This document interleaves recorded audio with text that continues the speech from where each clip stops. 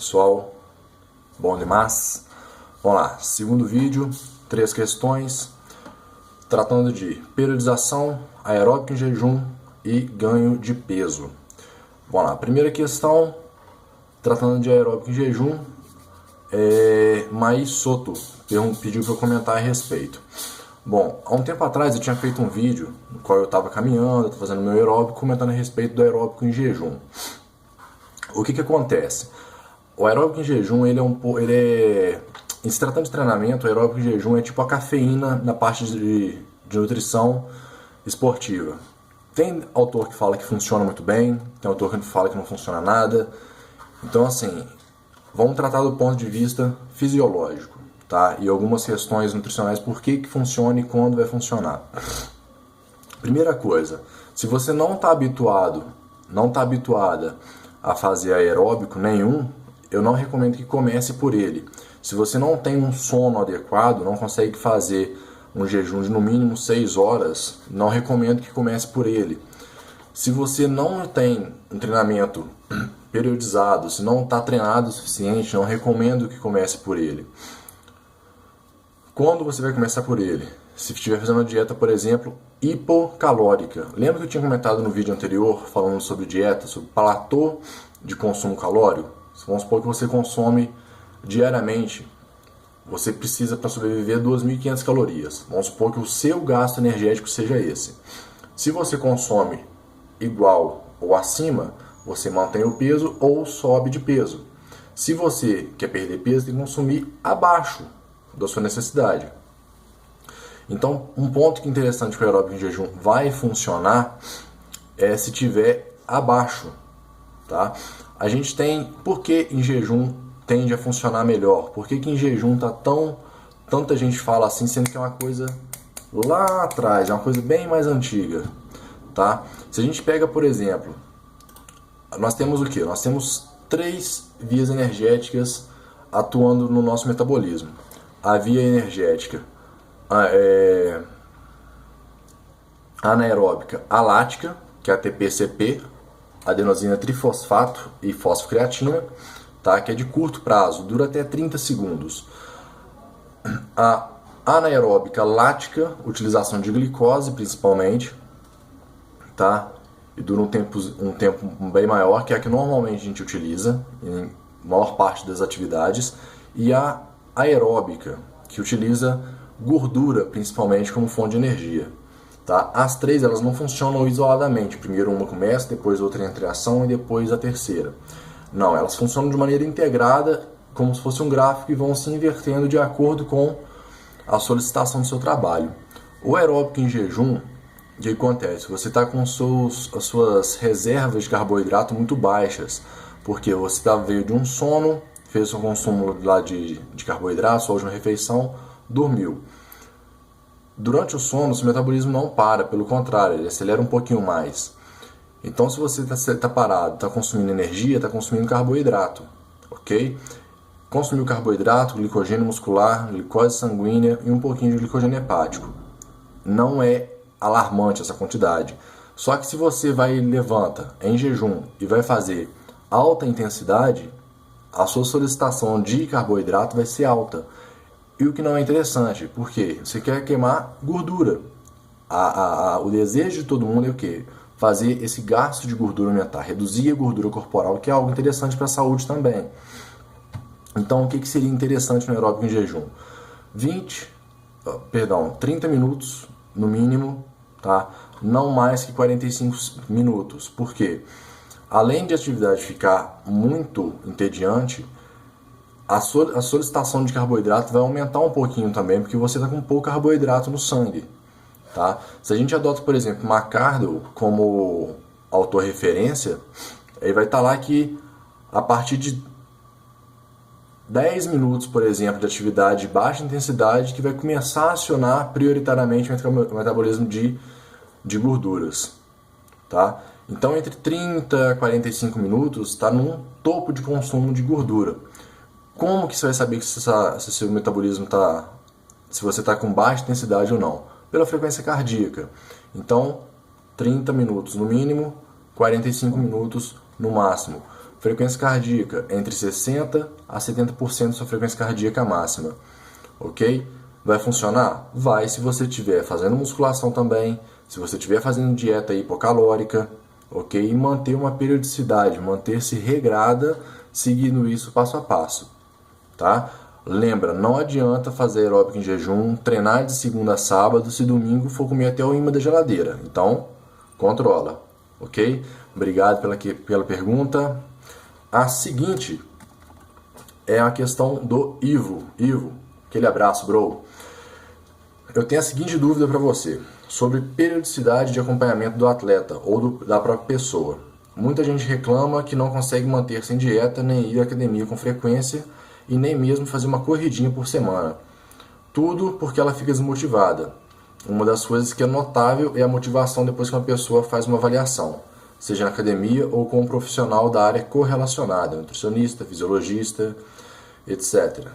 A pessoa se sente mais animada e melhora os resultados. Ou desanima, né? Vale lembrar também, mas é uma boa observação. Qual seria um tempo mínimo para reavaliar a pessoa e tentar não a deixar perder motivação? Dada a sua experiência, que tipo de números motiva mais? Peso, percentual de gordura, exames médicos, o que funciona melhor? Ok. Ivo, muito obrigado pela pergunta.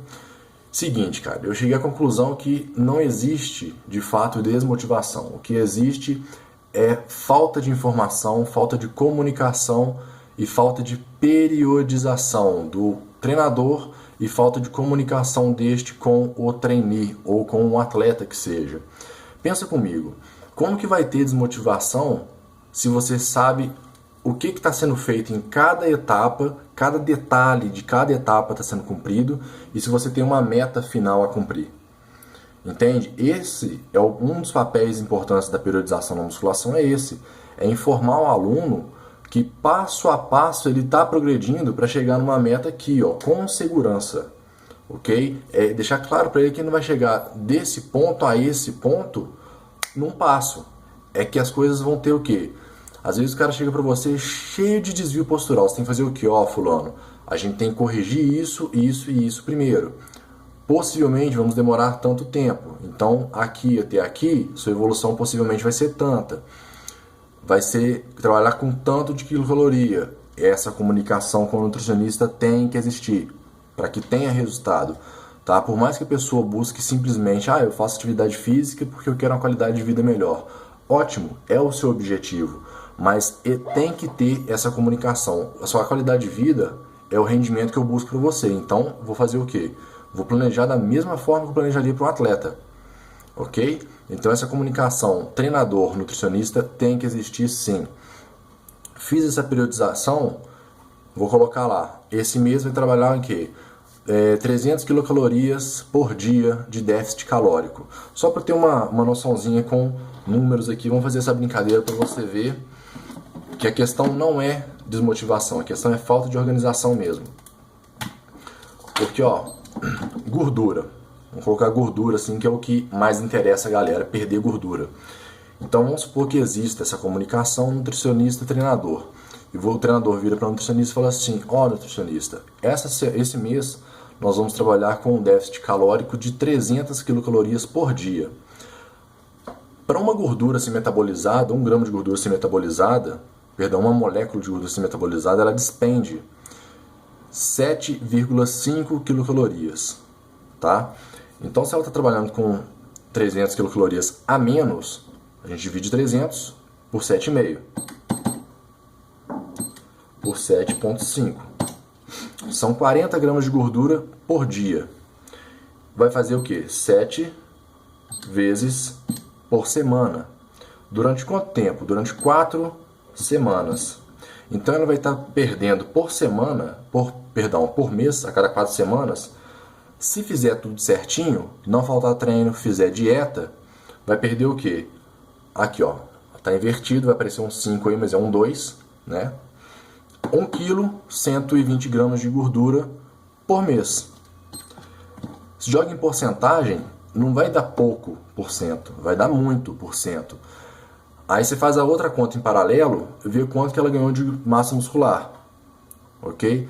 Então assim, se ela tem esse acompanhamento, mensalmente e tem essa informação diariamente, não tem por que ela ficar motivada, porque ela sabe que é um processo, sabe que as coisas estão acontecendo aos poucos e de maneira segura, ok? Você me perguntou o que motiva mais. Eu acho que todo o conjunto, quando é bem explicado, quando é bem elucidado e mostrado para ele toda a progressão que vai ser feita, tudo motiva bem.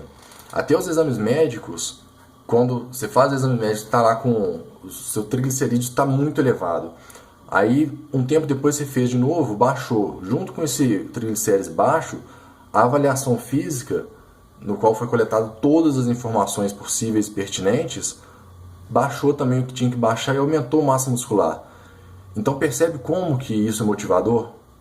Não é que desmotiva os resultados. A não compreensão do que está sendo feito é que desmotiva, ok? Com relação à periodicidade que deve ser feito, eu acho que deve ser feita a avaliação física mensalmente, ok? Se você tem acompanhamento de perto, que a avaliação seja feita de perto também. 3 meses, concordo comigo que 3 meses é um espaço muito grande para você avaliar mudanças tão pequenas. Então, assim, acompanha de perto. Esse cálculo que eu fiz de 300 quilocalorias é para um mês. Por que eu não faço avaliação mensalmente, então? Concorda comigo? Quanto menor o prazo, menor a chance de ela escapar do foco, do objetivo dela. Se eu colocar em 3 meses, pode ser que ela pense, sabe que 3 meses de avaliação, eu posso dar uma escapadinha hoje. Aí escapa um dia, escapa outro, e outro. 3 meses depois não evoluiu tanto como poderia. Se é um mês só, vai acontecer o quê? Opa, deixa eu segurar minha onda aqui porque um mês passa rápido. Ok? Então são estratégias para a pessoa não se sentir desmotivada. Resultado é o nome do negócio, ok? Obrigado, Ivo. Bom, a terceira e última pergunta é da Cíntia de Freitas. O que você me sugere para ganhar peso? Eu já fui em tudo que é contra nutricionista e só dieta não está adiantando. Será? Nenhuma delas quis me passar suplemento, queria ganhar uns 5 quilinhos. Ok. Bom, seguinte, Cíntia, eu vou falar mais do que? Da parte de treinamento, que é a parte que diz respeito à minha área. Se eu digo respeito de nutrição, eu estou infringindo lei. Eu estou entrando numa área que não é nossa. E isso corresponde ao quê? Prática ilegal de profissão. Isso é crime federal. Então não vou falar a respeito de suplementação. Apesar que a suplementação ela deve só entrar complementando uma necessidade. Ok? Primeiro você vai na dieta.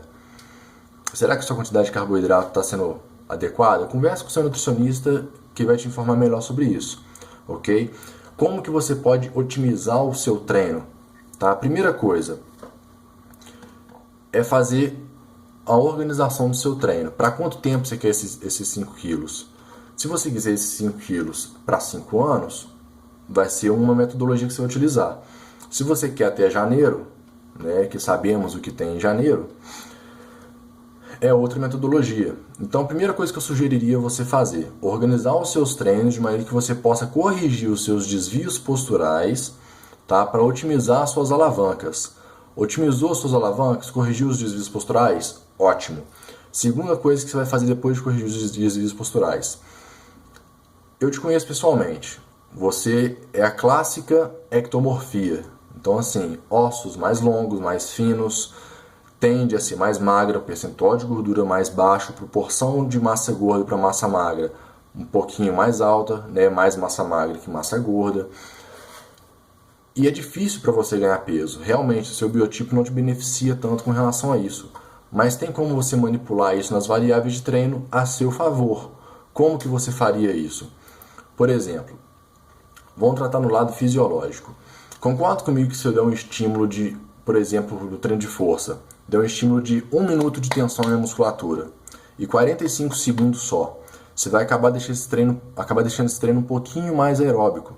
Se ele está um pouquinho mais aeróbico, significa que você está tirando triglicerídeos das suas células musculares e abrindo espaço para o carboidrato entrar. Tá? Primeiro ponto. Para o carboidrato entrar, lembra lá de fisiologia básica. Fisiologia do exercício, perdão. Para o carboidrato entrar, é bioenergética isso. O que ele precisa? Para ele entrar na célula, ele precisa junto arrastar 3 moléculas de água. Em 5 meses de treinamento, você eleva a sua quantidade de glicogênio em 32%. Se você eleva em 32% a quantidade de glicogênio, que é carboidrato, se você eleva em 32% a quantidade de glicogênio, que é carboidrato, você vai elevar em até 96% a quantidade de água. Imagina o volume e o peso total que isso vai te dar e a capacidade de geração de força que isso vai te dar. Ok? Então tenta mexer primeiro nessas variáveis. Deixar o seu treino mais intenso possível, o mais curto possível, se possível no máximo 40 minutos de treino, o mais intenso possível. Com isso, esquece carga. Tenta fazer com o mínimo de carga possível para dar esse estímulo mais metabólico possível. A gente pensa às vezes que é carga que funciona para hipertrofia. Não. Às vezes o que funciona muito melhor é dar estímulo metabólico. O estímulo tensional corresponde somente a 40% da nossa capacidade muscular. Os outros 60% é a capacidade sarcoplasma, é meio líquido, é meio metabólico. Ok? Então tenta dar estímulos metabólicos de 70% ou mais de estímulos metabólicos e um pouco menos de tensional. Ok? Vamos ver se dessa forma você consegue ter uma resposta maior. Você vai perceber que vai ter muito mais sede, que você vai ter a necessidade de mandar muito mais água para nutrir seus músculos. Ok? Pessoal, muito obrigado. Não esqueçam, mandem suas dúvidas, porque dúvida guardada que é dúvida besta. Ok? Abraço, boa semana para todo mundo.